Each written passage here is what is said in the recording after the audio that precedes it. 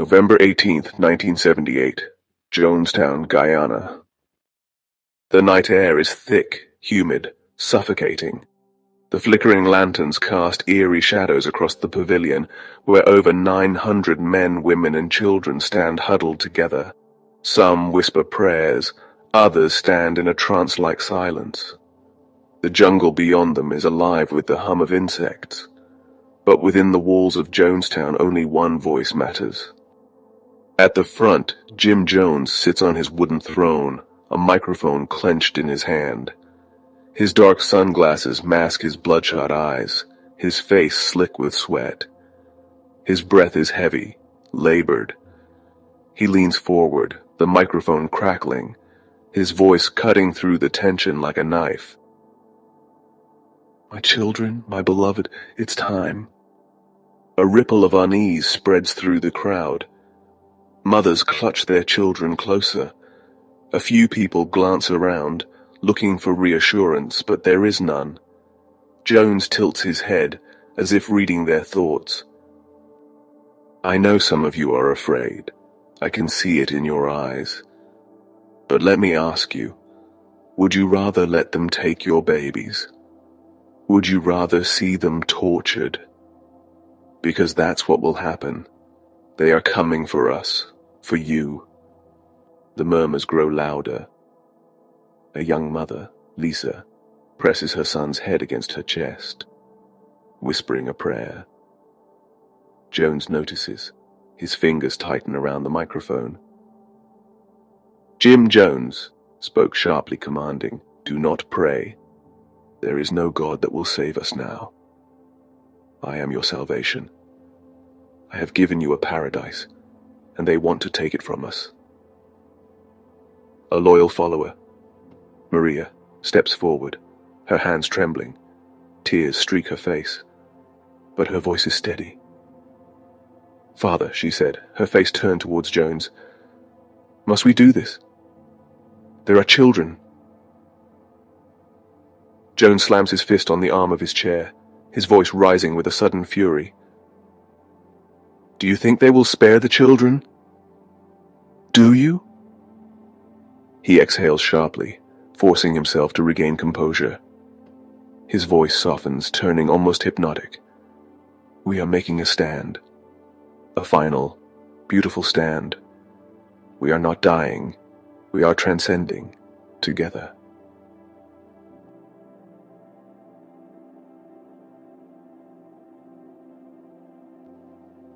The crowd shuffles, uncertain. Jones gestures toward the large metal vats at the center of the pavilion, steam rising from the poisoned mixture. A few of his most loyal aides step forward. They dip cups into the liquid and drink. The first man to swallow it stands tall, until his body suddenly convulses. He falls to his knees, foam spilling from his mouth. A woman screams. A child wails. A man turns to run, but armed guards block the exits. There is no escape. Jim Jones soothing, almost fatherly. "Shh. Don't be afraid, it's just sleep. My loves, just sleep." The crying grows louder as mothers are handed syringes, filled with the same poison. Some resist, holding their children tight, but Jones's enforcers move quickly. A baby cries as a needle is plunged into its tiny mouth. Seconds later, it falls limp in its mother's arms. She sobs, rocking her child, whispering his name. Then slowly, she drinks from the cup herself. Jones watches, his face impassive. Around him, his people, his flock, begin to fall, some in silent surrender, others in violent convulsions. His eyes scan the dying masses, a faint, satisfied smile curling his lips. His voice lowers to a whisper, barely audible over the sound of collapsing bodies. Jim Jones whispering to himself, "It is finished." In the morning, the world would hear of Jonestown, but tonight, under the choking heat of the Guyanese jungle, Jim Jones is the only god his followers will ever know. Welcome back to Voices from the Past, a Christian podcast where we uncover the stories that shaped history, stories of faith, deception, and the spiritual battles that have tested the hearts of men. Tonight, we delve into one of the darkest chapters of modern history, a story of faith twisted into fear. It is that of devotion turned into destruction, promises that turned poisonous. It is a cautionary tale of what happens when a man strays from God's truth and leads others into darkness. Today's story is so chilling, so disturbing, that it continues to haunt the collective memory of the world to this day. It delves into the dark recesses of history to expose the truth behind one of the most infamous crimes ever committed. It's about a man who claimed to be a prophet, a savior, and led nearly 1,000 souls to their deaths in a remote jungle. This is the story of Jim Jones, preacher, visionary, cult leader, and architect of one of the darkest chapters in modern history. Jim Jones and his so-called Utopia, Jonestown, became a chilling testament to the dangers of blind devotion. This man orchestrated the largest mass suicide in modern history by convincing his followers to drink cyanide-laced punch in 1978. The tragic event, known as the Jonestown Massacre, and the murder that unfolded in 1978 serve as a stark reminder of how easily faith can be manipulated into fear and destruction. Sit back, take a breath, and prepare to journey into the mind of a man who believed he was God, and convinced hundreds of others to believe it too.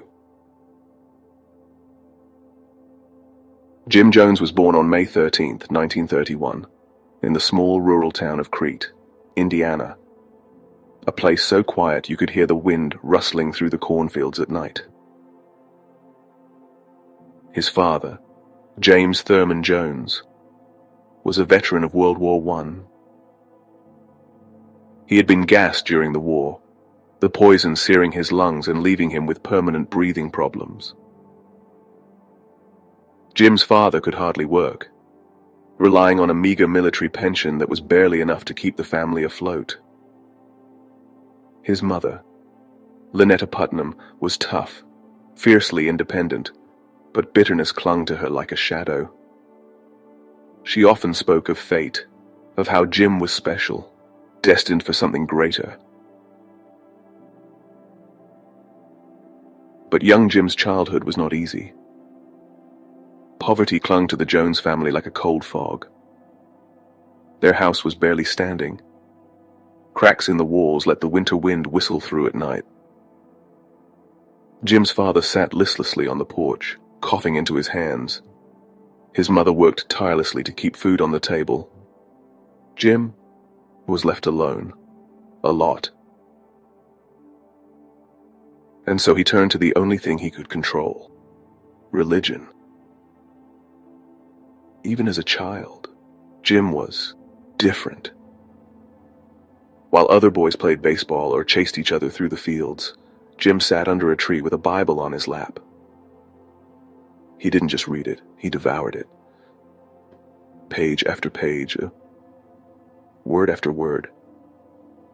Even as a child, Jim was different. While other boys played baseball or chased each other through the fields, Jim sat under a tree with a Bible on his lap. He didn't just read it, he devoured it. Page after page, word after word. He had a gift, a strange magnetic pull that made people stop and pay attention. But there was also something darker beneath the surface. Jim was fascinated by death.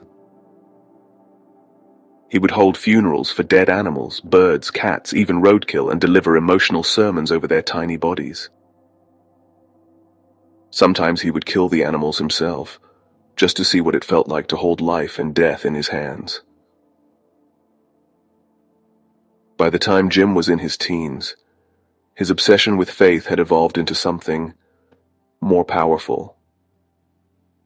He was drawn to the Pentecostal church, the fiery sermons, the laying on of hands, the emotional outbursts of speaking in tongues. He saw how the congregation would fall to their knees, trembling, crying, desperate for salvation. And Jim liked that feeling. He liked seeing how people would surrender themselves completely when they believed. In the early 1950s, Jim was ordained as a minister in the Independent Assemblies of God. His sermons were electric, a strange mix of religious doctrine and socialist rhetoric. He preached about racial equality, demanded it, even welcoming African American congregants when segregation was still the law of the land. He promised salvation, but warned of damnation. He spoke of a coming apocalypse, a day when society would collapse, and only his followers would be saved. In 1955, Jim founded what would become the People's Temple in Indianapolis. It started small, a handful of followers gathering in a modest building. But Jim had a gift. He could see people's pain. He knew how to tap into their fears, their insecurities, or he promised them hope, community, protection. And they believed him. Jones began to perform faith healings, dramatic displays of power. He would call the sick and injured to the front of the congregation. He would place his hands on them, close his eyes, and then pull bloody tumors from their bodies. The crowd would gasp in awe. People claimed they were cured of cancer, blindness, heart disease.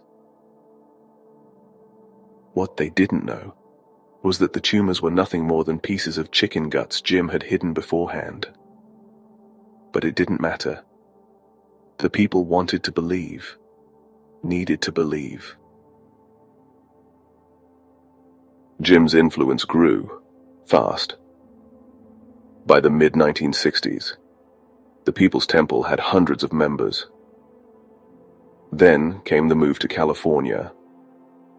Jim told his congregation that nuclear war was coming, that Indianapolis was no longer safe.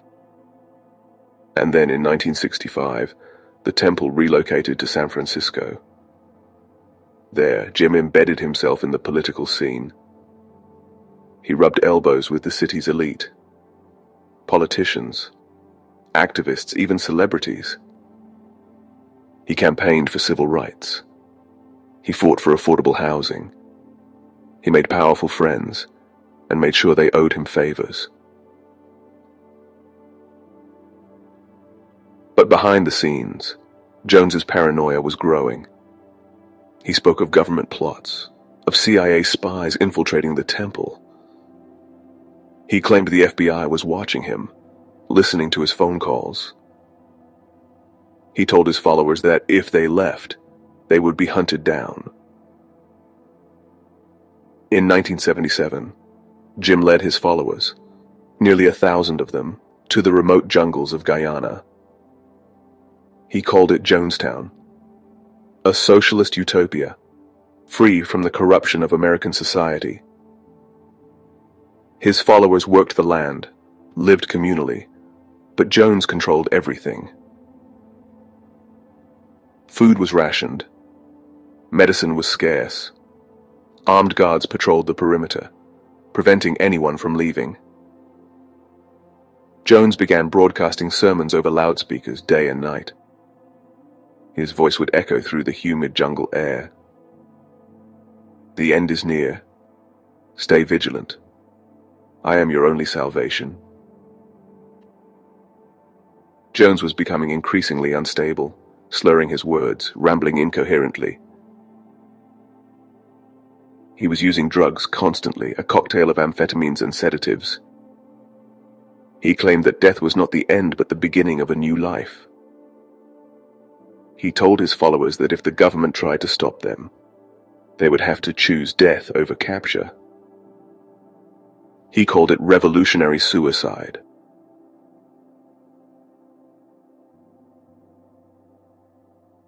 On November 18, 1978, Congressman Leo Ryan arrived at Jonestown with a delegation to investigate reports of abuse. Ryan offered to take any defectors home, but as they were boarding the plane, Jones's men opened fire. Ryan and 4 others were killed. Jones gathered his followers that night.